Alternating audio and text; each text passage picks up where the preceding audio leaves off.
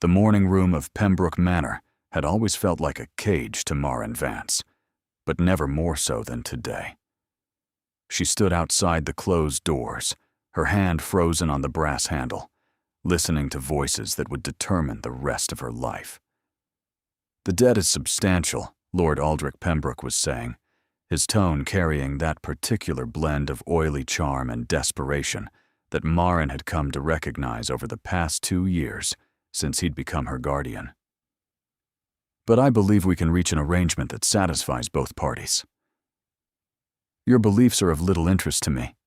The second voice was unfamiliar, deep, clipped, belonging to someone who clearly had no patience for pleasantries. "You owe 40,000 sovereigns to the Ashenmore estate. Your brother borrowed against lands he did not own, using forged documents bearing the late Duke's seal. That is fraud. That is theft. The penalty for such crimes is hanging." Marin's blood ran cold. Her father. They were discussing her father's crimes. "My brother is dead," Lord Aldrich said quickly. "Surely the matter can be settled without involving the courts. I have a proposition that might interest His Grace." "Speak then. Quickly. The Duke grows impatient with delays." There was a pause. Marin pressed closer to the door, her heart hammering against her ribs. "My niece," Lord Aldrich said. "Marin Vance. She is 23, educated, capable of managing a household. I understand the Duke's estate at Ashenmore has been without proper domestic oversight since his return from the Northern Campaign. I propose she serve His Grace as payment against the debt. Her service will continue until he deems the obligation fulfilled." The silence that followed was devastating. Marin's legs threatened to buckle beneath her. Her uncle was offering her as payment. Not as a wife, not even as a proper servant with wages and rights. As a possession. A thing to be used until a debt was satisfied. "The Duke does not require a housekeeper," the unfamiliar voice said flatly. "Not a housekeeper. A personal attendant. Someone to manage his domestic affairs, his correspondence, his calendar. I understand His Grace finds such tasks tedious. My niece is intelligent and discreet. She was educated at the finest ladies' academy in the capital before her family's misfortunes. She speaks 3 languages, manages accounts flawlessly, and most importantly," Lord Aldrich's voice dropped meaningfully, "she is entirely without other prospects. No family to make demands. No suitors to create complications. She would be completely at His Grace's disposal." Marin felt bile rise in her throat. Completely at his disposal. The words hung in the air like a sentence of execution. It was not entirely true, of course. Her mother still lived, but the fever that had struck 3 years ago had left her frail and dependent, residing now with a distant cousin in the countryside who could barely afford the burden. Another mouth Marin could not feed. Another life she could not protect. And if the Duke refuses this arrangement, then I suppose we proceed to the courts. Lord Aldrich's false bravado was audible even through the door. But I imagine His Grace would prefer a quiet resolution, the scandal of a fraud case, the attention it would bring to Ashenmore, the questions about why a war hero is pursuing an elderly debt with such vigor. Another pause. Longer this time. "You are bold, Lord Pembroke. Bold and foolish. The Duke does not fear scandal, and he certainly does not negotiate with men who attempt to leverage their dead brother's crimes. Then what does he want?" Lord Aldrich's desperation broke through. "Name the terms. Anything. He wants what is owed, 40,000 sovereigns, or the equivalent value extracted through other means." A chair scraped against the floor. "The girl. Describe her." Marin is quite comely. Dark hair, unusual eyes, a shade between gray and violet. Slender, but not frail. She carries herself with dignity despite her circumstances, which I imagine His Grace would appreciate. She does not simper, or weep, or make scenes. She is practical, obedient when it suits her, though I confess she has a stubborn streak that proper discipline might correct. Proper discipline. The words were repeated without inflection. You paint an interesting picture, Lord Pembroke. A disgraced lady with no options, intelligent enough to be useful, isolated enough to be controlled. One might almost think you've been preparing her for exactly this purpose. Lord Aldrich did not deny it. Marin's hands clenched at her sides. 2 years. 2 years of subtle cruelties and calculated deprivations. Dismissing her maid, reducing her wardrobe to near rags, cutting off her correspondence with friends from school, refusing to give her a reference that might allow her to seek respectable employment. Her uncle had been systematically stripping away every avenue of escape, and she had not understood why. Until now. "I will relay your proposal to His Grace," the stranger said. "He arrives at noon to inspect the property records your brother falsified. If he finds your offer acceptable, arrangements will be made immediately. If not, you will be arrested within the hour and held until trial." Immediately? Lord Aldrich sounded startled. Surely the girl will need time to pack her belongings, to prepare herself for the journey north. She will bring nothing that connects her to this house. His Grace is thorough about severing ties. If she serves Ashenmore, she belongs to Ashenmore. Clean. Complete. No divided loyalties. Footsteps approached the door. Marin stumbled backward, nearly tripping over the hall carpet. She managed to compose herself just as the door swung open, revealing a tall man in the dark military uniform of the Northern Legion. His face was scarred, his eyes assessing, and when he looked at her, she felt as though she were being catalogued, measured, priced. "Miss Vance, I presume," he said without surprise. "You were listening. There was no point denying it." "I was." "Good. Then you understand your situation." He moved past her toward the front entrance. "The Duke will arrive at noon. Be ready. And Miss Vance." He paused at the door. "He despises dishonesty above all else. Whatever you do, do not lie to him. The last person who tried is buried in the Ashenmore graveyard." The door closed behind him, and Marin stood in the empty hallway, the morning sunlight suddenly cold on her skin. She had 4 hours to prepare for a meeting with a man known throughout the kingdom as the Butcher of Valdris Pass. A man who had won the Northern War through tactics so ruthless that even his allies whispered about them in horror. A man who had reportedly executed 3 of his own officers for cowardice and shown less mercy to his enemies. And she was about to become his property. Marin looked toward the morning room where her uncle still sat, doubtless congratulating himself on his cleverness. For one wild moment, she considered running. The back gardens, the servants' gate, the road to the village. But where would she go? She had no money, no connections. The distant cousin sheltering her mother could barely afford 1 burden, let alone 2. Her uncle had made certain of that. No, running was not an option. She straightened her shoulders, lifted her chin, and walked toward the stairs. She would face the Duke of Ashenmore with what little dignity she had left. She would not weep. She would not beg. She would not give her uncle the satisfaction of seeing her break. And perhaps, if she was very clever and very careful, she might find a way to survive this. The clock in the hall began to chime. 8 times. 4 hours until noon. 4 hours until her life ended, or perhaps began again in a form she could not yet imagine. The Duke of Ashenmore arrived precisely as the clock struck 12. Marin watched from her bedroom window as the carriage rolled up the gravel drive, black lacquered wood, with no family crest visible. Behind it rode 6 mounted soldiers in the same dark uniforms as the man who had visited that morning.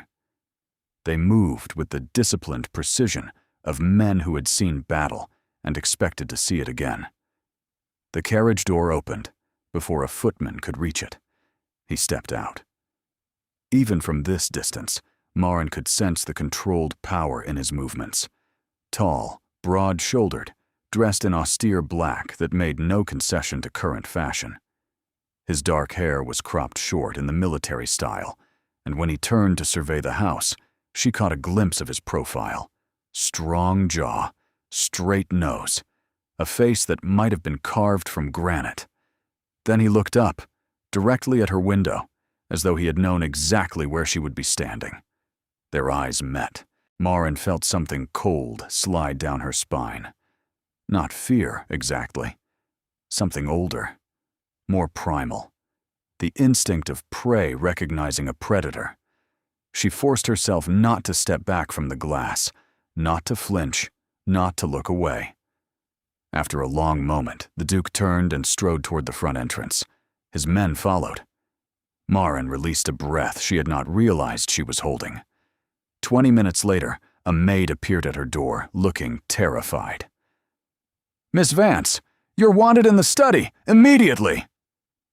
The study was Lord Aldrich's domain, a room filled with her late father's books that her uncle had never bothered to read.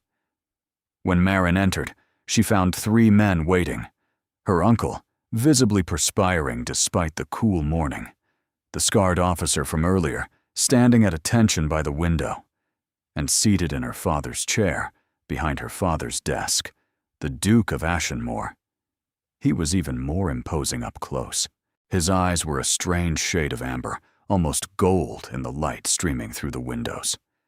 A thin scar bisected his left eyebrow and disappeared into his hairline.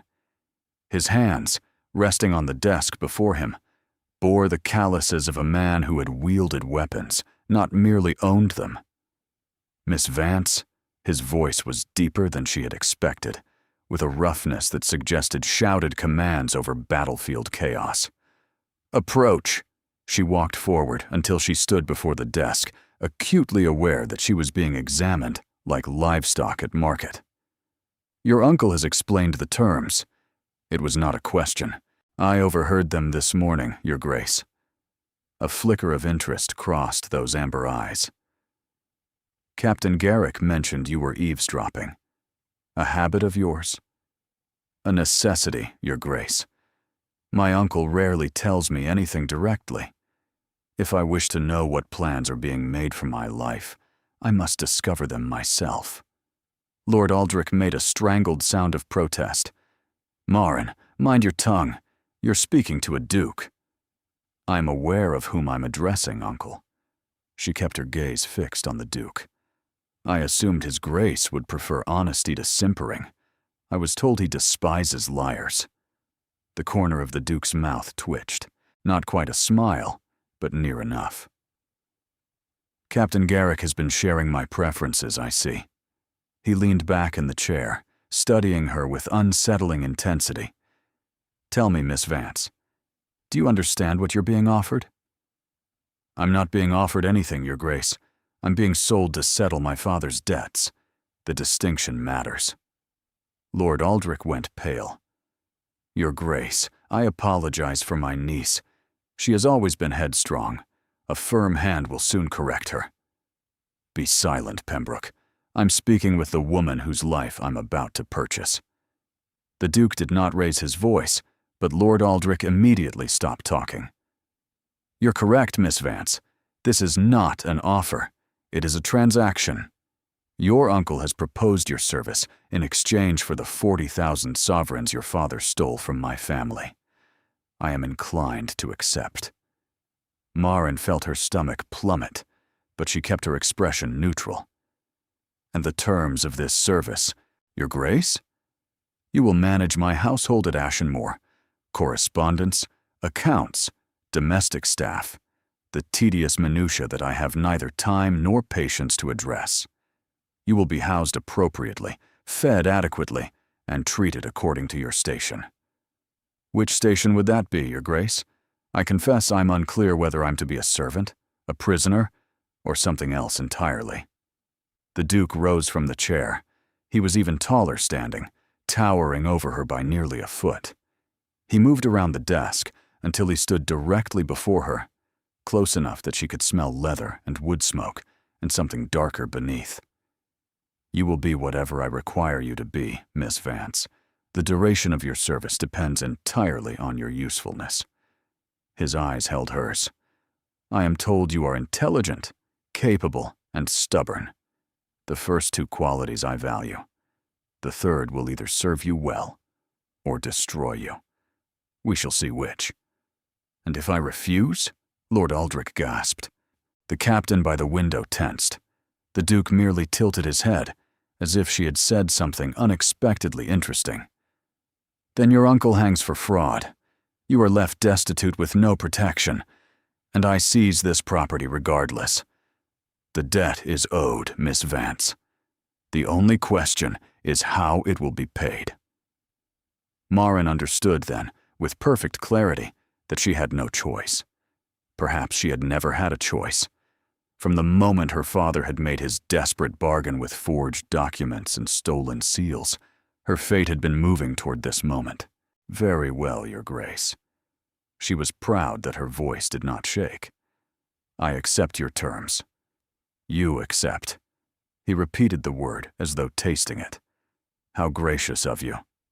He turned to the captain. "Have her things loaded into the second carriage. We leave within the hour." "Your Grace." Marin spoke before she could stop herself. "I was told I could bring nothing from this house." The Duke paused. "That is correct." "Then what, precisely, am I meant to wear?" "I have only the clothes on my back that did not come from my uncle's charity." For a moment, something unreadable passed across his face. Then he looked at Captain Garrick. "Have Mistress Gwyneth prepare appropriate garments when we arrive. Miss Vance is correct. She should not carry the stench of this place with her." It was, Marin realized, almost a kindness. Almost.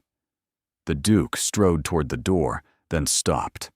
Without turning, he spoke once more. "1 hour, Miss Vance. Do not keep me waiting. I am not a patient man." He left. The captain followed. And Marin stood in her father's study, in her uncle's house, knowing that in 1 hour she would belong to neither. She would belong to him. The journey to Ashenmore took 3 days. Marin traveled in the second carriage, alone except for the occasional presence of Captain Garrick, who checked on her at intervals with professional detachment. She was given meals at coaching inns, but not permitted to dine in public rooms. She slept in the carriage while the soldiers made camp nearby. She was not mistreated, but she was also not acknowledged as anything other than cargo being transported. The Duke himself she did not see. He rode at the front of the column, a dark figure on a massive black warhorse, never looking back. On the third morning, the terrain changed. The rolling farmland of the south gave way to stark moorland, all heather and granite, and skies that threatened rain without delivering it. The wind carried a bitter edge, even in late summer, and the few villages they passed grew smaller and more isolated. "Ashenmore," Captain Garrick said, appearing at the carriage window. "We arrive within the hour." Marin looked out at the bleak landscape. "Does the sun ever shine here?" "Occasionally. The Duke prefers it this way. Fewer visitors." She could believe that. Ashenmore itself emerged from the mist like something from a fever dream. The estate was massive, a sprawling fortress of gray stone that seemed to have grown organically from the surrounding rock. Towers jutted at irregular angles, some clearly ancient, others added over centuries of expansion. Ivy crawled up the eastern walls, and ravens circled the highest parapets, their cries echoing across the empty moor. It was beautiful in a savage, uncompromising way. It was also utterly terrifying. The carriage rolled through iron gates and into a courtyard where servants waited in silent rows. Marin counted at least 30, all dressed in the same dark livery, all watching with expressions carefully blank. Captain Garrick opened the carriage door. "Welcome to your new home, Miss Vance." She stepped out onto the ancient cobblestones and felt immediately exposed. The servants studied her with varying degrees of curiosity and suspicion. The Duke was nowhere to be seen. A woman stepped forward from the assembled staff. She was perhaps 50, iron-haired and steel-spined, with the bearing of someone who had commanded armies of housemaids for decades. "Miss Vance, I am Mistress Gwyneth, housekeeper of Ashenmore." Her tone was civil, but not warm. "I will show you to your quarters and explain your duties. Follow me." Marin followed her through a labyrinth of corridors, up winding staircases, past portraits of stern-faced ancestors, who all seemed to share the Duke's unsettling amber eyes. The house smelled of wood smoke and old stone, and something else, something metallic that she could not identify. "Your rooms are in the West Tower," Mistress Gwyneth said as they climbed. "You will have privacy there. The Duke's apartments are in the East Wing. You are not to enter that area unless explicitly summoned." "Understood." Meals are served in the small dining room at 7, 12, and 6. You may request a tray in your rooms if you prefer, though His Grace expects you to dine with him on occasions he specifies. "Dine with him?" Mistress Gwyneth paused on the stairs. "You are not a scullery maid, Miss Vance. Whatever arrangement brought you here, you will be treated according to the station His Grace assigns you. Currently, that station appears to be something between guest and employee. I suggest you not question it." They reached a heavy oak door. Mistress Gwyneth produced a key and opened it to reveal a sitting room that, while not luxurious, was comfortable and well-appointed. A fire already crackled in the hearth. Through an adjoining door, Marin glimpsed a bedroom with a 4-poster bed, draped in deep green velvet. "There are clothes in the wardrobe," Mistress Gwyneth said. "Basic items until proper measurements can be taken. His Grace wishes to see you in his study at 4 o'clock. That gives you 2 hours to rest and prepare." "His study? To discuss your duties." The housekeeper moved toward the door. "A word of advice, Miss Vance. The Duke is not cruel, but he is demanding.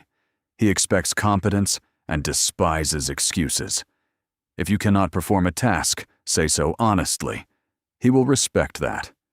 If you fail while claiming capability, he will not forget it. Thank you for the warning." "It is not a warning.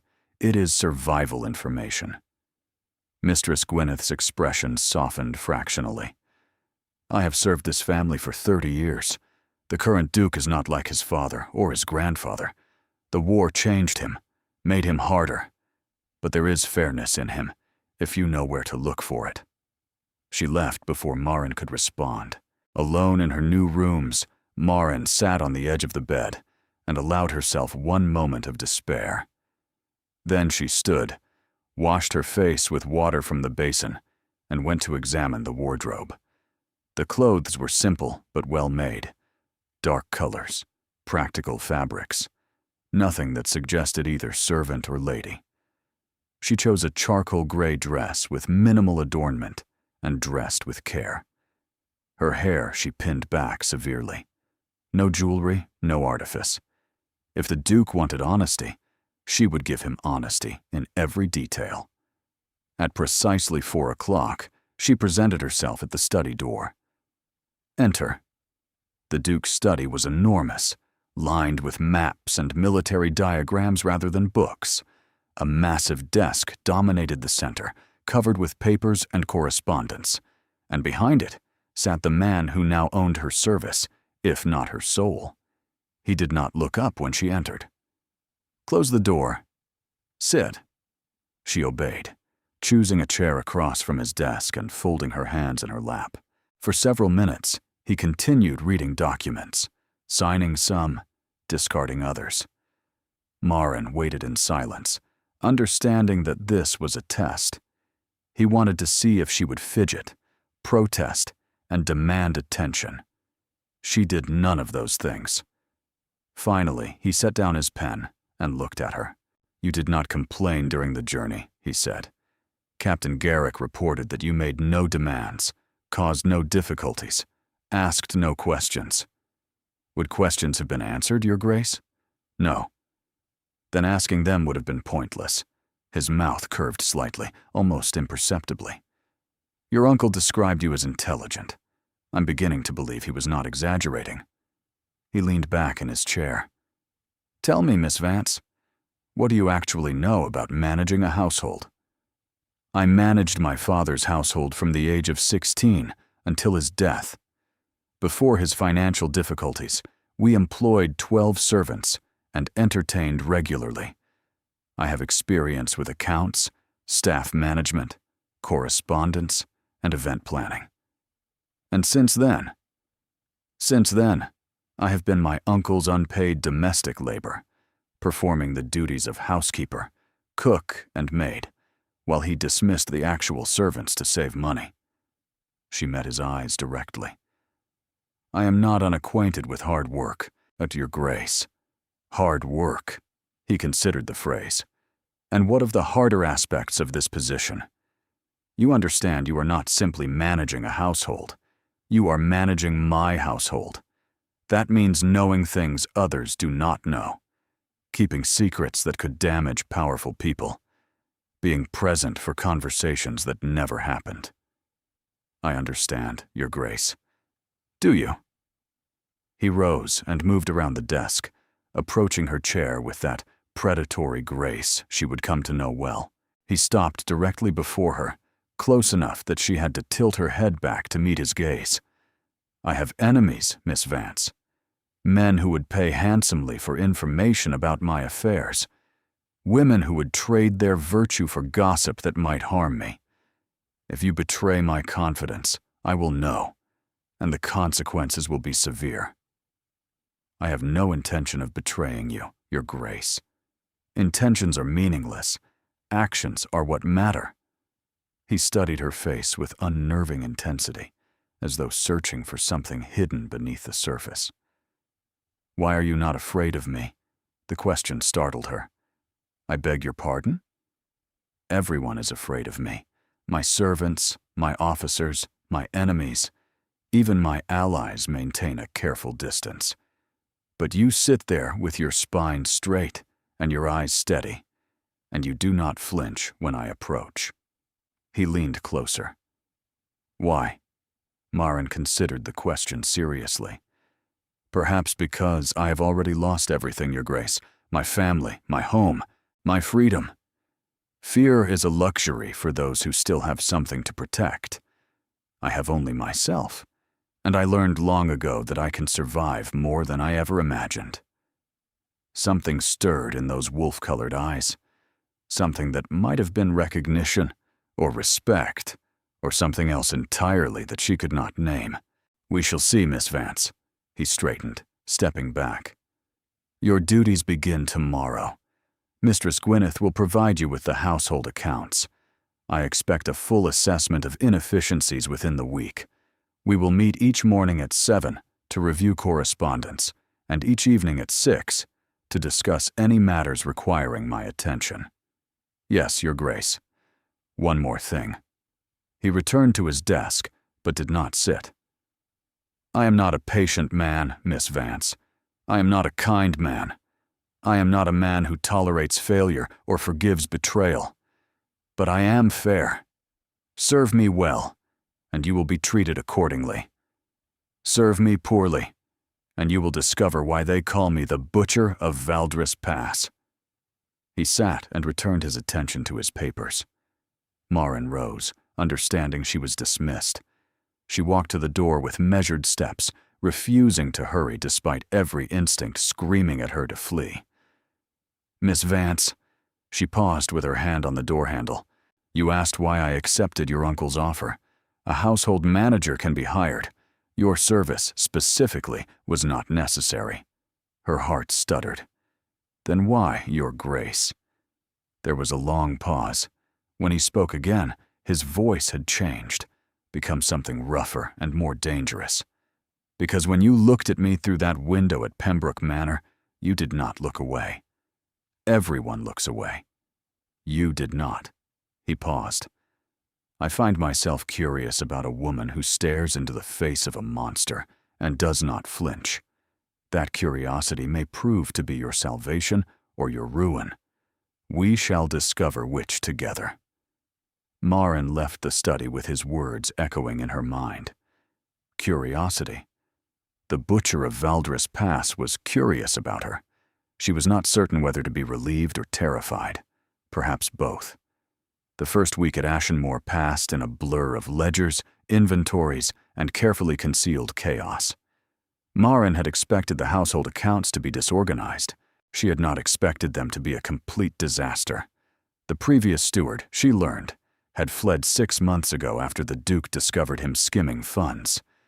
Since then, Mistress Gwyneth had managed as best she could, but the woman's talents lay in commanding servants, not balancing books.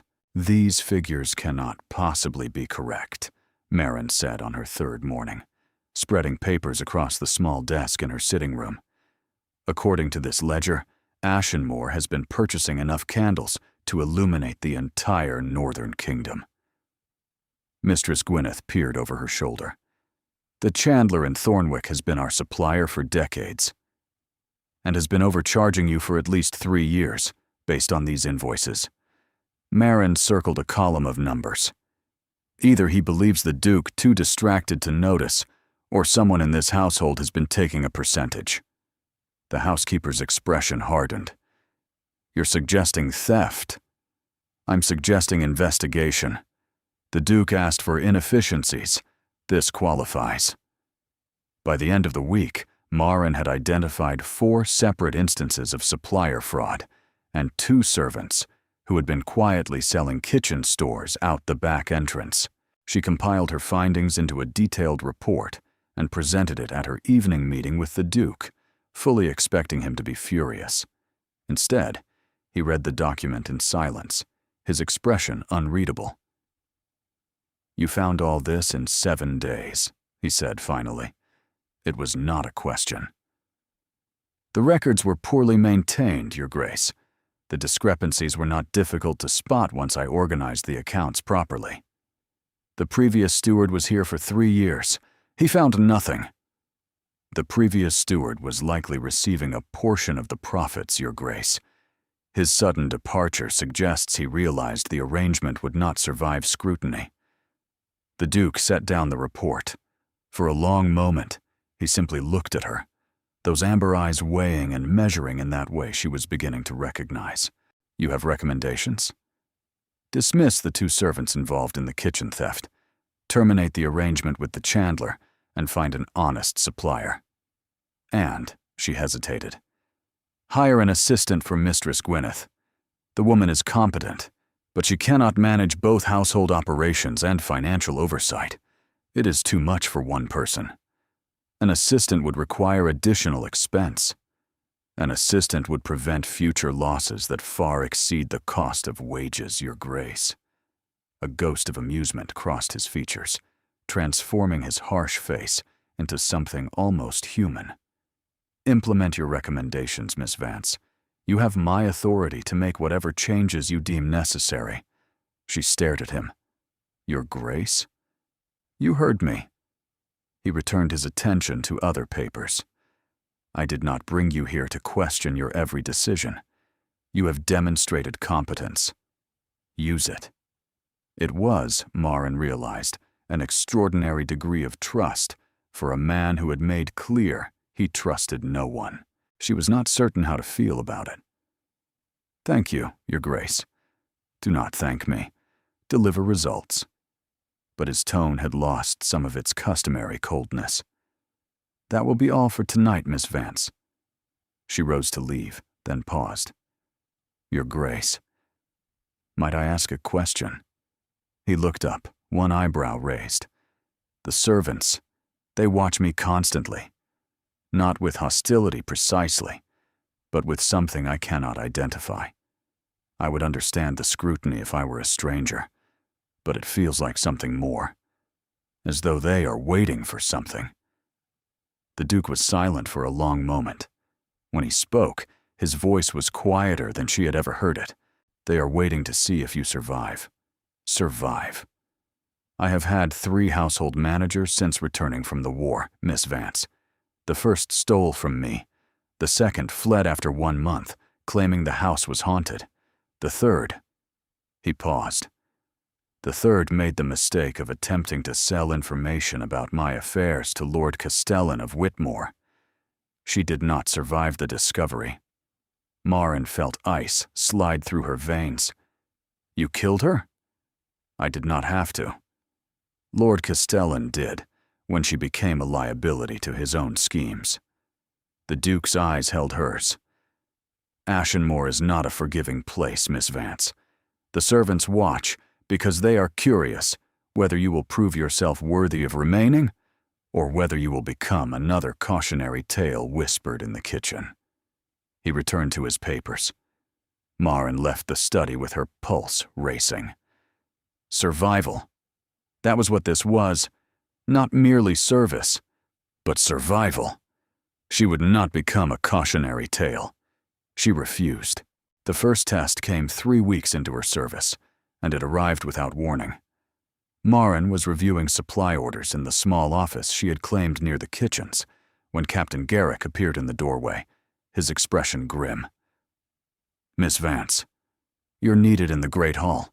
Immediately." She followed him through the winding corridors, her mind racing with possibilities. Had she made an error? Offended someone important? Discovered something she should not have? The Great Hall of Ashenmore was a cavernous space, clearly designed for hosting military councils rather than social gatherings.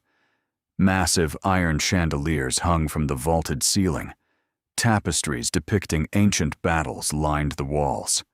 And standing in the center of the room, surrounded by a dozen armed men, was the Duke. Facing him was a delegation Marin did not recognize. 5 men in the colors of House Castellan, the very name that had been mentioned in connection with the murdered household manager. Ah. One of the visitors, a portly man with cold eyes, spotted Marin's entrance. And here she is, the mysterious new addition to Ashenmore's staff. "Tell me, Your Grace, where did you find such a pretty little thing? The slave markets of the Eastern Reach?" "Lord Castellan," the Duke's voice could have frozen fire. "You will address Miss Vance with respect, or you will not address anyone at all." Lord Castellan smiled, showing too many teeth. "So protective. One might almost think she's more than a servant." He turned to Marin. "Tell me, girl, what exactly are your duties here? Managing the household? Or managing the Duke's more personal needs?" Marin felt the insult land, but she did not flinch. She had endured worse from her uncle's friends. "I manage accounts and correspondence, my lord," she said evenly. "Nothing more." "How disappointing. Though I suppose the butcher of Valdris Pass has little need for soft comforts." Castellan turned back to the Duke. "Now, about the matter we came to discuss. The northern trade route. My consortium requires access through Ashenmore lands. We're prepared to pay handsomely for the privilege. And I have already refused, 3 times. Perhaps the 4th time will prove more persuasive." Castellan gestured, and 2 of his men stepped forward carrying a heavy chest. They opened it to reveal gold coins, hundreds of them, gleaming in the torchlight. 50,000 sovereigns, more than enough to offset any concerns about increased traffic through your territory. The Duke did not look at the gold. His eyes remained fixed on Castellan. "The northern trade route passes through Valdris Pass," he said quietly. "The same pass where 3,000 of my men died holding the line against the Caridian invasion. The same pass that is now a memorial to their sacrifice. You want to turn a graveyard into a merchant highway. Progress requires sacrifice, Your Grace. Surely a military man understands that." The tension in the hall was suffocating. Marin could see the Duke's men gripping their weapons, waiting for a signal. She could see Castellan's guards doing the same.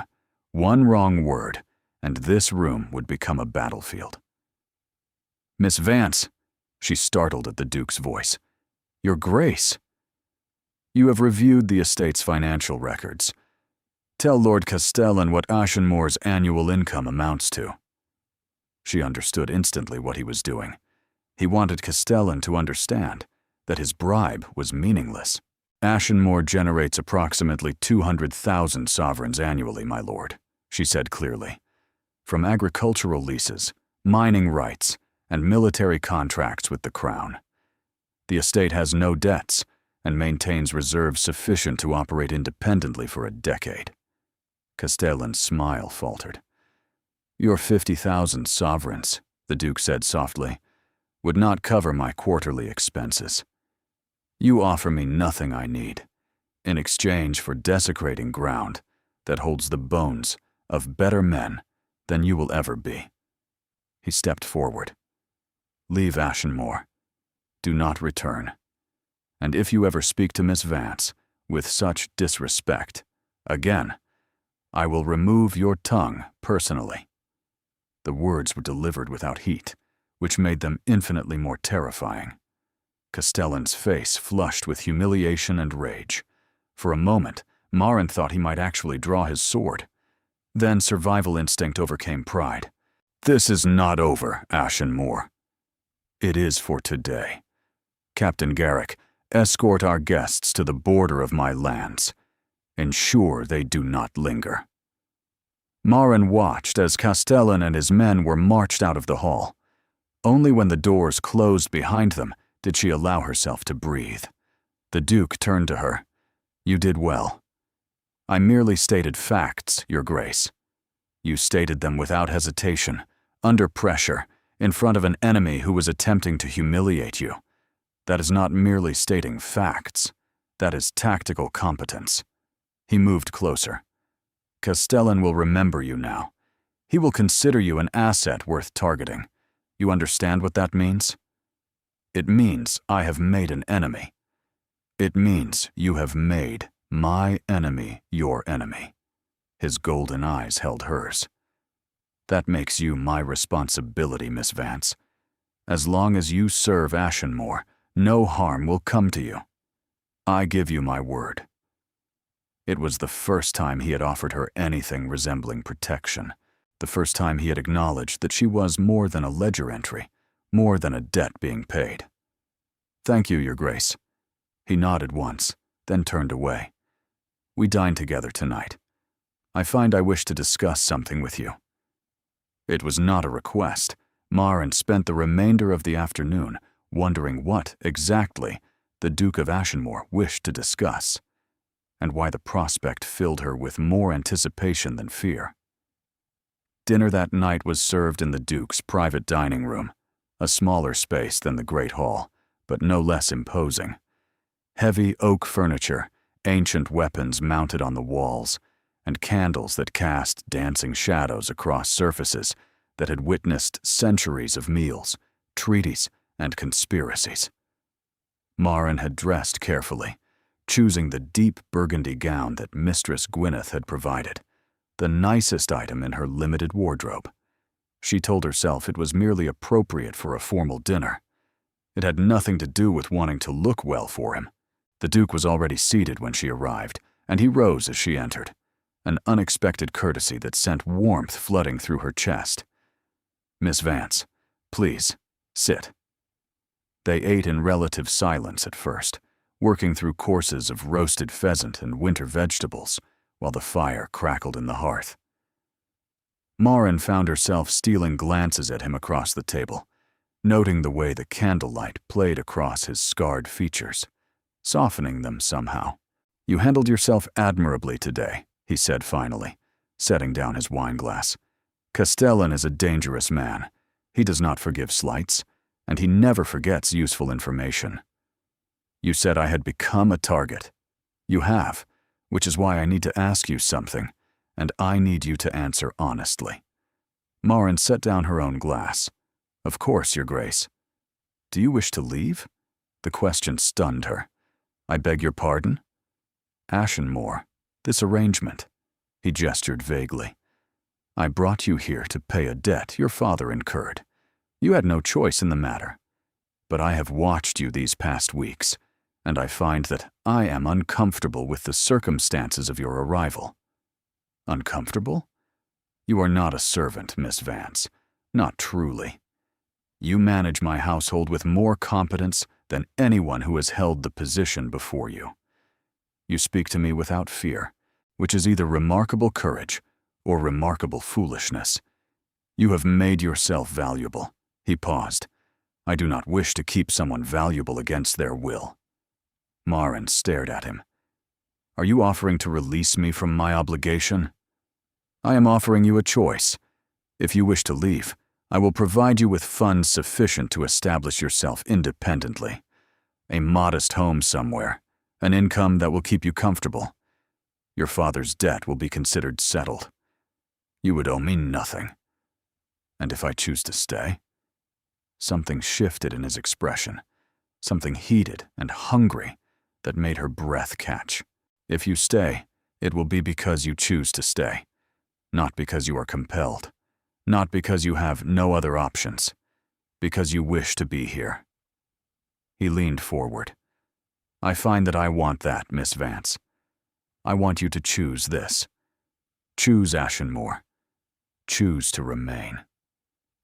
His voice had dropped, become rougher, and Marin suddenly understood what she was hearing beneath the words. He was not simply offering her freedom. He was asking her to stay. Your Grace. She hesitated, uncertain how to navigate this dangerous territory. I am not certain what you are truly asking me. Neither am I. He rose from his chair and moved around the table until he stood beside her. I told you that first day that I was curious about you. A woman who does not flinch. A woman who stares into the face of a monster without looking away. He reached down and tilted her chin up, forcing her to meet his eyes. That curiosity has grown into something else. Something I do not entirely understand. His touch sent fire racing through her veins. She should pull away. She should maintain the proper distance between servant and master, between a disgraced lady and a duke. She did not move. I am not afraid of you, she said quietly. No, you are not. His thumb traced along her jawline, a feather-light touch that made her shiver. Why not? Everyone is afraid of me. Even the men who served beside me in battle maintain a careful distance. But you, perhaps because I see something in you that others do not. And what is that? A man who protects a graveyard because he remembers the names of every soldier buried there. A man who threatens violence against those who insult a servant, but offers that same servant freedom when he realizes she is uncomfortable. A man who asks rather than commands, when asking is harder. His hand stilled against her face. You see too much, Miss Vance. Marin, she heard herself say. If I am to choose whether to stay, you should at least call me by my name. Something flared in those amber eyes. Marin. Her name in his voice was a revelation. Low and rough and intimate in a way that made her pulse race. Your Grace. Kyle. He said it like a confession. If you are to be Marin, then I am Kyle, at least here, when we are alone. Kyle. The name suited him better than any title could. Strong and stark and uncompromising. Kyle, she repeated softly. He drew in a sharp breath. Then, with visible effort, he released her and stepped back. You do not need to decide tonight. Take time. Consider your options. His voice had regained some of its usual control, but she could see the effort it cost him. I will not ask again. Whatever you choose, I will accept. He walked to the door. Kyle. He paused, his back to her. I do not need time. She rose from her chair. I choose to stay. He turned slowly. You're certain? I have been certain since you threatened to remove Lord Castellan's tongue for insulting me. She smiled, surprising herself with the expression. A woman notices when a man defends her honor. It makes an impression. He stared at her for a long moment. Then, unexpectedly, he laughed. A real laugh, full and warm, and nothing like the cold man who had collected her from her uncle's house 3 weeks ago. You are going to be the death of me, Marin Vance. Or your salvation, your grace. We shall discover which together. She had thrown his own words back at him, and from the look in his eyes, he recognized them. Together then, he said quietly. He left her standing in the candlelit dining room with her heart pounding and her thoughts in chaos. She had chosen to stay. She had chosen him. And somewhere in the last 3 weeks, she had begun to fall in love with a man the world called the Butcher of Valdres Pass. The question now was whether he was falling too, or whether she was walking into a trap from which there would be no escape. The weeks that followed Marin's decision to stay at Ashenmore brought changes she had not anticipated. Kyle began materializing at unexpected moments. He would appear in the library while she reviewed accounts, claiming he needed a particular volume. He would join her for morning walks through the gardens, insisting the fresh air aided his thinking. He would linger after their evening meetings, asking questions about her past, her interests, her opinions on matters that had nothing to do with household management. "You're hovering," Captain Garrick observed one afternoon, watching the Duke trail Marin through the portrait gallery, at a distance he clearly believed was subtle. "I am not hovering. I am ensuring the household manager is performing her duties adequately." "You're hovering. I've served you for 12 years, Your Grace. I know what hovering looks like." Cale's expression could have curdled milk. "Don't you have soldiers to drill?" Garrick departed with a knowing smile that made the Duke's jaw clench. Marin pretended not to notice these exchanges, but she noticed everything. She noticed how his eyes followed her when she moved through a room, how his voice softened when he spoke her name, how he found excuses to touch her, brief brushes of fingers when passing documents, a hand at the small of her back when guiding her through doorways. She noticed the darker edges of his attention, too, the possessiveness that flared when male servants addressed her directly, the cold fury that descended when Lord Whitmore sent a letter inquiring whether the Duke's lovely assistant might be available to help organize his autumn ball. The way Kyle had personally written a response so scathing that Whitmore had not communicated with Ashenmore since. "You cannot threaten everyone who speaks to me," Marin said one evening, after learning that a visiting merchant had been escorted from the property for complimenting her eyes. "I did not threaten him. I merely suggested that his compliments would be better directed toward the goods he was selling, rather than my household staff." "Your household staff?" She raised an eyebrow. "Is that what I am? You know perfectly well what you are." "Do I?" She set down the correspondence she had been reviewing.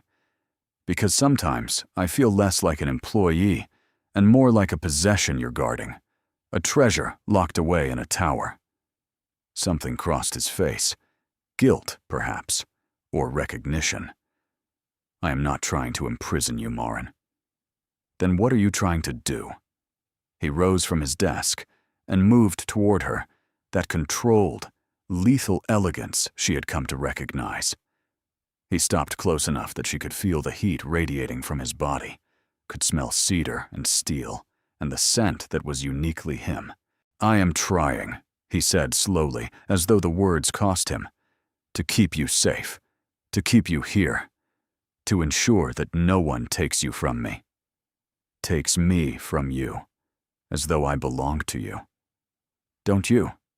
His voice had dropped to something raw and hungry. "Didn't you choose to stay?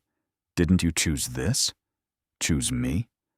I chose to remain at Ashenmore. That is not the same as belonging to someone like a horse or a hunting dog. I know that."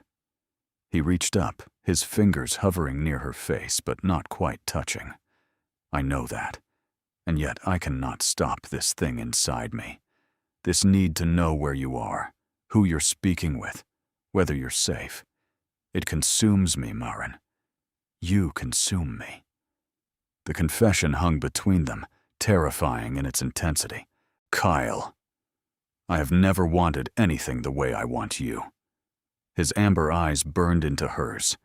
Not victory in battle. Not revenge against my enemies. Not even survival during the darkest days of the war. I would burn kingdoms for you. I would destroy anyone who tried to harm you. And that frightens me, because I do not know how to want something without destroying it. Maren felt her heart fracturing along fault lines she had not known existed. You will not destroy me, she whispered. You cannot know that. I cannot know that. His hand finally made contact, cupping her face with devastating gentleness. I am the butcher of Valdris Pass. I am the monster who sacrificed 3,000 men to hold a line that should never have held. I do not know how to love without bloodshed. I do not know how to protect without possession. I do not know how to want without obsession. Then learn. She covered his hand with her own. Learn with me. Because I am not going anywhere, Kyle. Not because I have no choices, but because I choose you. Every day. Even when you are difficult and possessive and impossible. He made a sound that might have been a laugh or a sob. You should run. Probably. But I have never been particularly sensible. He kissed her. It was not gentle. It was not polite. It was desperate and hungry and consuming. Everything he had confessed made physical. His hands tangled in her hair. His body pressed her against the bookshelf behind her. His mouth claimed hers as though he were drowning, and she was air. When they finally broke apart, both breathing heavily, Maren saw something in his eyes she had never seen before. Fear.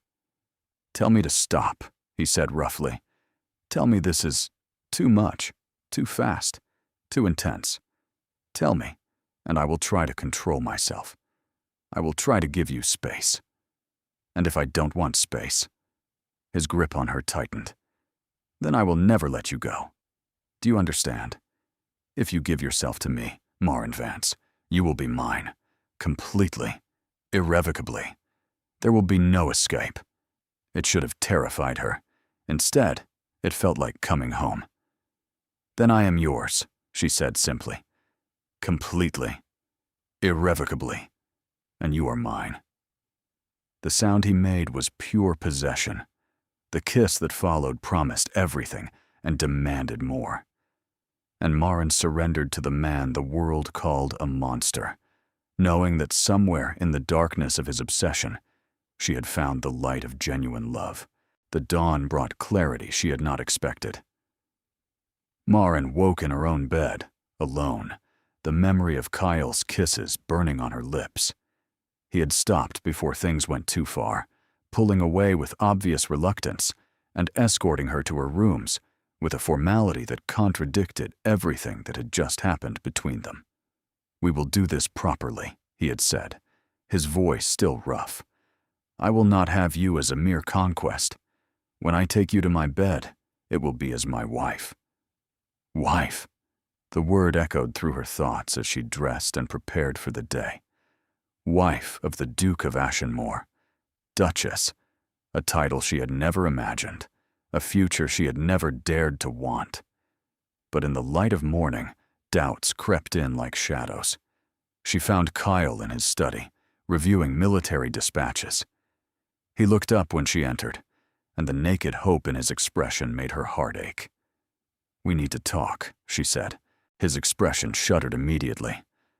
Those words rarely precede anything pleasant. They precede honesty, which you claim to value above all else. She sat across from him, folding her hands to hide their trembling. Last night, what you said, what we. I meant every word. I know you did. That's what concerns me. He set down his papers with careful control. Explain. You spoke of obsession, of not knowing how to want without destroying, of possession and burning kingdoms, and never letting me go. She met his eyes directly. Kyle, those are not the words of a man offering partnership. Those are the words of a man claiming ownership. There is a difference, a significant one. She leaned forward. I will not be a possession. I will not be locked in a tower while you rage at anyone who dares look at me. I will not spend my life as an object of your obsession, however passionate that obsession might be. You think that is what I'm offering? I think you don't know the difference. I think you have spent so long as the butcher of Valdres Pass, commanding men and destroying enemies, that you have forgotten how to relate to people who are not soldiers or threats. And you believe you cannot teach me? I believe that is not my responsibility. The words hurt to say, but they needed to be said. I am not here to fix you, Kyle. I am not a healer for whatever wounds the war left on your soul. If we are to be together, it must be as equals. Partners. Not a monster and his tamer. He was silent for a long moment. When he spoke, his voice was stripped of all its usual authority. You are right. She had not expected agreement. I am? I've been treating you as something to be acquired and protected, rather than someone to be cherished and respected. He rose and moved to the window, his back to her. The war took something from me, Maren. Some part of myself that knew how to be gentle, how to trust, how to love without strategy. I thought those parts were gone forever. And then you arrived, and I felt them stirring, and I did not know what to do with them. So I defaulted to what I know. Command, control, possession. That is not love. No, it is not. He turned to face her. But I want to learn, if you will teach me. If you will be patient with a man who has forgotten more about war than he ever knew about tenderness. And if you cannot change, if the obsession overwhelms the love, then you tell me, honestly, directly, as you have done today. And I will hear you, even when it hurts, even when I want nothing more than to sweep you into my arms and ignore every objection. His expression softened. You are not a possession, Maren. You are a miracle. And I would rather lose you to honesty than keep you through control. She felt tears prick her eyes. That is the first thing you've said that sounds like a man I could actually marry. Then teach me to say more such things. He crossed to her, kneeling before her chair, so their eyes were level. I am asking, not commanding. Will you give me the chance to become the man you deserve? I don't know if I can. Because you don't trust me, or because you don't trust yourself? The question cut to the heart of her fear. Both, she admitted. I have been powerless for so long. First under my father's failing fortunes, then under my uncle's cruelty. I swore I would never again be at someone's mercy. And you, Kyle, you are the most dangerous man I have ever known. Loving you would make me vulnerable in ways I have spent years avoiding. Then we are both afraid. He took her hands in his. I fear destroying you. You fear being destroyed. Perhaps the only way forward is to face those fears together. She looked at him, this complicated, terrifying, unexpectedly tender man. Together, she repeated slowly, but not yet. His face fell. Not yet? I need time, Kyle. Time to be certain this is real, and not just intensity born of isolation and proximity. Time to know my own heart, without the pressure of your presence overwhelming my judgment. How much time? A month. Give me a month of distance. Separate meals, formal interactions. Let me miss you before I commit to forever. It was clearly not what he wanted. She could see the protest building behind his eyes. But he swallowed it. 1 month, he agreed, his voice strained. But I reserve the right to change your mind through actions rather than words. If I cannot speak to you of love, I will demonstrate it instead. That seems fair. He rose, releasing her hands with visible reluctance. 1 month. And then, Maren Vance, I intend to make you my wife, whether you like it or not. That sounds rather like a command, Your Grace. Consider it a statement of intent." He smiled, and despite everything, her heart fluttered. "I have never lost a battle I was determined to win. I do not intend to start now." He left her sitting in the study, her emotions in chaos, and her resolve already wavering. 1 month. She had asked for 1 month. She was not certain she would survive even 1 week. The month of distance proved impossible to complete, not because Kyle broke his word. True to his promise, he kept their interactions formal and limited. Meals were taken separately. Meetings focused strictly on household matters. He did not touch her, did not use her given name, and did not look at her with that burning intensity that made her forget every sensible objection. But his actions spoke louder than any words could have. Fresh flowers appeared in her rooms every morning, different varieties each day, arranged with obvious care. Books she had mentioned wanting to read materialized on her desk without explanation.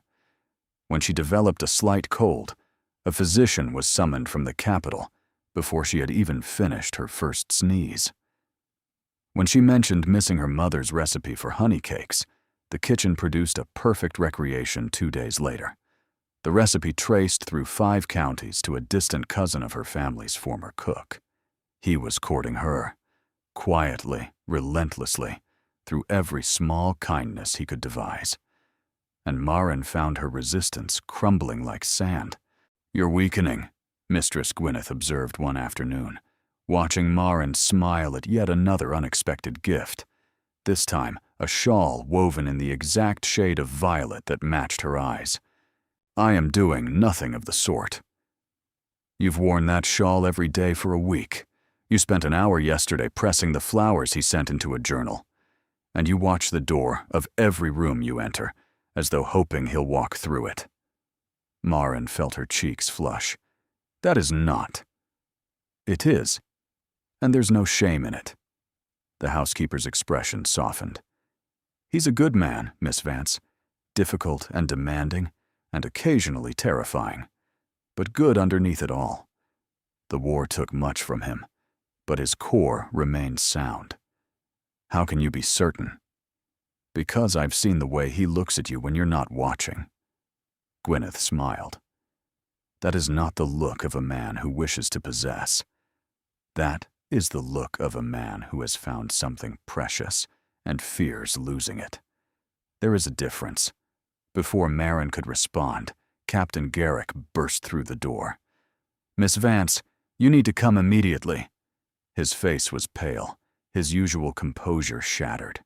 Marin's chest tightened with every step as they rushed through the corridors toward the Great Hall. "What's happened?" "Lord Castellan. He's returned, with 50 men." Garrick grabbed her arm. "And he's demanding you be turned over to him." "Turned over? On what grounds?" "He claims he has evidence that your father's fraud extended to his estate as well. Says you're complicit in crimes against House Castellan and must face trial in his territory." "That's absurd. I was a child when my father made those forgeries." "Castellan doesn't care about truth. He cares about revenge." Garrick's grip tightened. "His Grace refused to hand you over. Castellan is threatening armed conflict if his demands aren't met." They reached the Great Hall. The scene inside stopped Marin's breath.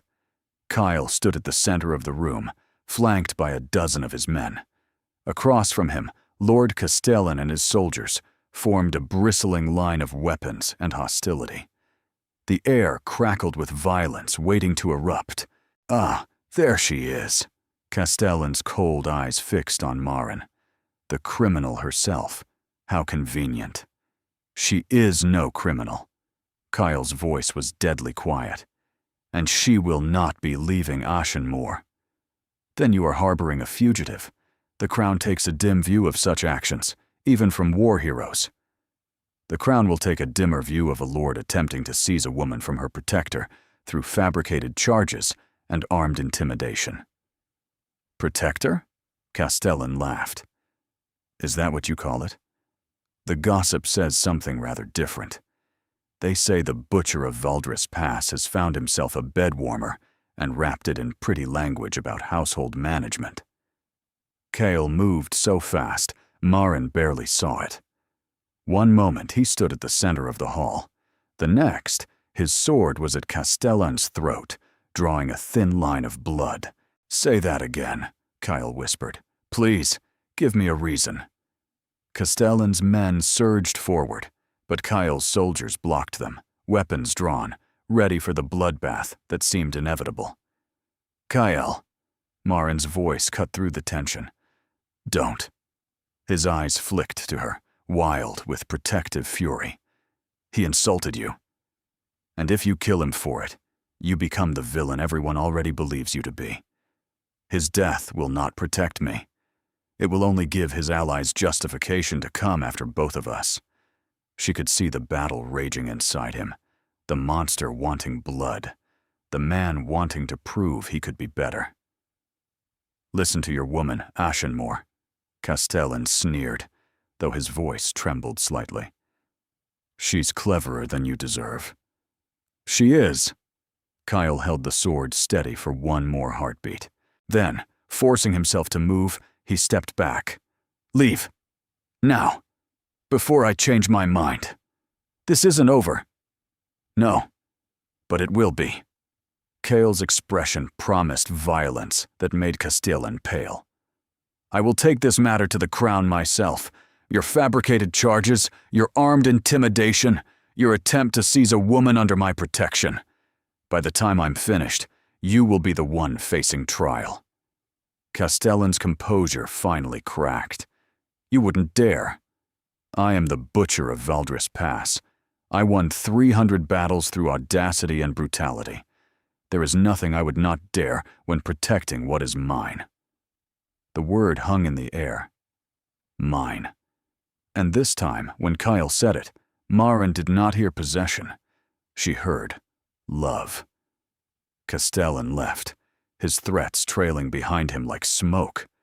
When the hall finally emptied of enemies, Cale turned to Marin. His hands were shaking. "Are you injured?" "No. But you." "Marin." He crossed to her in 3 strides and pulled her into his arms. "God, Marin. When Garrick told me what Castellan wanted, I thought, I know." She held him just as tightly. "I know. I almost killed him. I wanted to kill him. Every instinct I have demanded blood. But you didn't, because you asked me not to." He pulled back to look at her. "Is that what you needed to see? Proof that I can control myself when it matters?" She touched his face, feeling the tension in his jaw. "I needed to see that you could choose me over your own rage, that my voice could reach you even when the monster was screaming for violence. Your voice is the only thing that reaches me anymore." He closed his eyes.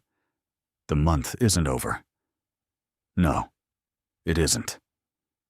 But I cannot wait any longer, Marin. I cannot pretend that I am not desperately, completely in love with you. I cannot maintain distance when every moment apart feels like dying by inches. She should insist on finishing the month. She should maintain her resolve. But watching him choose restraint over vengeance, watching him listen to her voice through the red haze of protective fury, something had shifted inside her.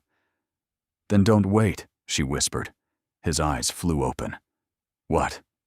"Don't wait. Don't pretend. Don't maintain distance." She smiled through sudden tears. "Ask me again, Kyle. Ask me to marry you. And this time, I'll say yes." For a moment, Kyle did not move. He stared at her, as though she had spoken in a language he did not understand, as though her words were too extraordinary to process. "You're serious." "I have never been more serious about anything in my life. But the month, your conditions, your need for certainty. I have certainty." She took his face in her hands, forcing him to meet her eyes. "I watched you choose restraint over revenge. I watched you listen when every instinct demanded blood. I watched the man emerge from the monster, and I realized that I have been waiting for proof. That doesn't exist." "Proof?" That doesn't exist? Proof that you will never frighten me. Proof that your intensity will never overwhelm me. Proof that loving you will be safe. She shook her head. But love is not safe, Kale. It never has been. It is a leap into darkness, hoping that someone will catch you. And when I looked at you today, sword at your enemy's throat, fury in your eyes, I was not afraid. What were you? Proud. The word surprised her even as she said it. I was proud that you fought for me.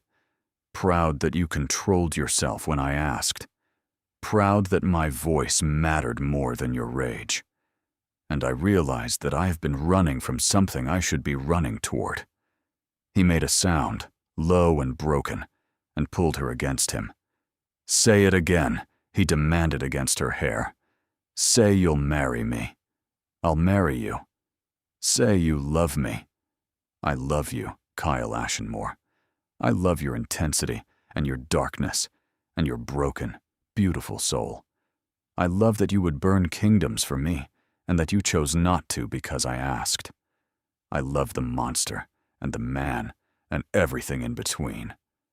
He kissed her then, fierce and desperate, and Maren felt every barrier she had erected crumble to dust. When they finally parted, both flushed and unsteady, Kyle rested his forehead against hers. I have something for you. Now? Now. He pulled back, reaching into his coat, and withdrew a small velvet box. I have been carrying this for 2 weeks, since the day I knew I would never want anyone else. He opened the box. Inside lay a ring unlike anything Maren had ever seen. A deep violet stone, the exact shade of her eyes, surrounded by small diamonds set in silver filigree. It was beautiful and strange and perfect. This belonged to my grandmother, Kale said quietly. She was not a duchess by birth. She was a soldier's daughter, a woman who married my grandfather, when everyone told her she was mad to wed a man with more scars than sense. They were together for 47 years.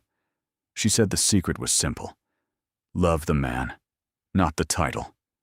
See the person, not the position. And never, ever let him brood alone when he can be brooding with company. Maren laughed through her tears. She sounds wonderful. She would have adored you. He took her hand. Marry me, Maren. Be my wife, my partner, my reason to be better than I was. Help me build something worthy of the sacrifices that brought us both here. Be my duchess, my love, my home. Yes. He slid the ring onto her finger. It fit perfectly. I need you to understand something, he said, his voice rough. What I feel for you, it will never diminish. It will never become comfortable or quiet or tame. I will love you with the same intensity in 50 years that I love you with now. I will never stop wanting to protect you, to cherish you, to burn worlds for you if necessary. That sounds exhausting. Undoubtedly. But also, I hope, extraordinary. She looked at the ring on her finger, at this impossible man who had somehow become the center of her world. One condition, she said. His expression flickered with concern. Name it. The burning worlds. You check with me first. She smiled. We're partners now. We make decisions together, even the dramatic world-burning ones. The laugh that escaped him was full and warm and surprised. You are negotiating terms of our marriage while I am still on one knee? The best time to negotiate is when the other party is emotionally compromised. She grinned. I learned that from watching you deal with Lord Castellan. Thank God. He pulled her down into his arms. I'm going to spend the rest of my life being outwitted by you, aren't I? Very probably. Good. He kissed her again. I would not have it any other way. They stayed wrapped around each other in the great hall as the afternoon light faded, neither willing to be the first to let go. Outside, Captain Garrick quietly redirected all staff away from the hall and began making arrangements for a ducal wedding. It was, he would later tell Mistress Gwyneth, the least surprising development of his entire military career. The wedding took place 3 weeks later in the ancient chapel of Ashenmore. It was not a grand affair by aristocratic standards. No hundreds of guests, no elaborate decorations, no week-long celebrations. Instead, there were 50 witnesses, flowers from the moor arranged by Mistress Gwyneth, and a bride whose hands trembled as she spoke her vows. Maren wore a gown of ivory silk, simple and elegant, with her mother's lace veil that had been sent from the countryside where the older woman now resided. Her mother had wept upon learning of the engagement, tears of joy that her daughter had found not merely security but love. She was too frail to make the journey north, but her blessing had arrived in a letter Maren carried close to her heart. She walked down the aisle alone, belonging to no one but herself. Until she reached Kyle. He stood at the altar in his military dress uniform, medals gleaming, the scars on his face visible in the candlelight. He looked fierce and formal and absolutely terrified. "You came," he breathed as she took her place beside him. "Did you think I wouldn't? I've been standing here for an hour, convinced you would come to your senses and flee. And miss the chance to become a duchess? Never." The laugh that escaped him drew scandalized looks from the elderly vicar. They spoke their vows with steady voices, though Maren saw the way Kyle's hand shook when he placed the ring on her finger, the way his eyes glistened when she promised to love him until death parted them. "I now pronounce you husband and wife," the vicar intoned. "You may kiss your bride." Kyle kissed her with reverent gentleness, as though she were something precious and fragile, and Maren kissed him back with all the passion she had been holding in reserve. The chapel erupted in applause. That evening, after the modest feast had ended and the guests had departed, Kyle led Maren to the ducal chambers. "You're nervous," she observed, as he closed the door behind them. "Terrified," he admitted. "I have commanded armies, stormed fortifications, survived battles that should have killed me. But this, you. I'm just a woman, Kyle. You are not just anything." He crossed to her, cradling her face in his hands. "You are the most important person in my world, and I am terrified of disappointing you." "Then don't." She smiled up at him. "Love me. That's all I want. Love me, and let me love you back." He made a sound, low and reverent, and kissed her. What followed was everything she had hoped for, tender and passionate, clumsy and perfect. He touched her like she was sacred. She touched him like he was finally hers. And when they lay tangled together afterward, hearts still racing, Kyle spoke into the darkness. "I have one more thing to give you." "More? I already have a ring, a title, and a husband who is frankly exhausting." He laughed softly. "This is different." He reached to the bedside table and produced a folded document. "Read it." She sat up, wrapping the sheet around herself, and moved closer to the candle. It was a legal declaration. She read it twice before the meaning sank in. "This says my father's debt is forgiven." It does. But that debt is why I'm here. Why I came to Ashenmore in the first place. Precisely. He sat up beside her. "I do not want you to ever wonder, Maren. Not for a single moment. Not for the rest of our lives together. You are not here because of a debt. You are here because I love you and you love me. The debt is irrelevant. It has been since the moment you chose to stay." She stared at the document, at the official seals and signatures that erased the obligation that had brought her to this place. "You're freeing me. I am ensuring you are already free." He took her hand. "You could walk away tomorrow. The debt would remain forgiven. Your family would retain every benefit they've received. You would owe me nothing." but I would stay. Yes, his smile was soft. Because you want to. Because you choose to. Because you love me. Not because of contracts or obligations or desperate circumstances. Just love. She set down the document and kissed him with everything she had.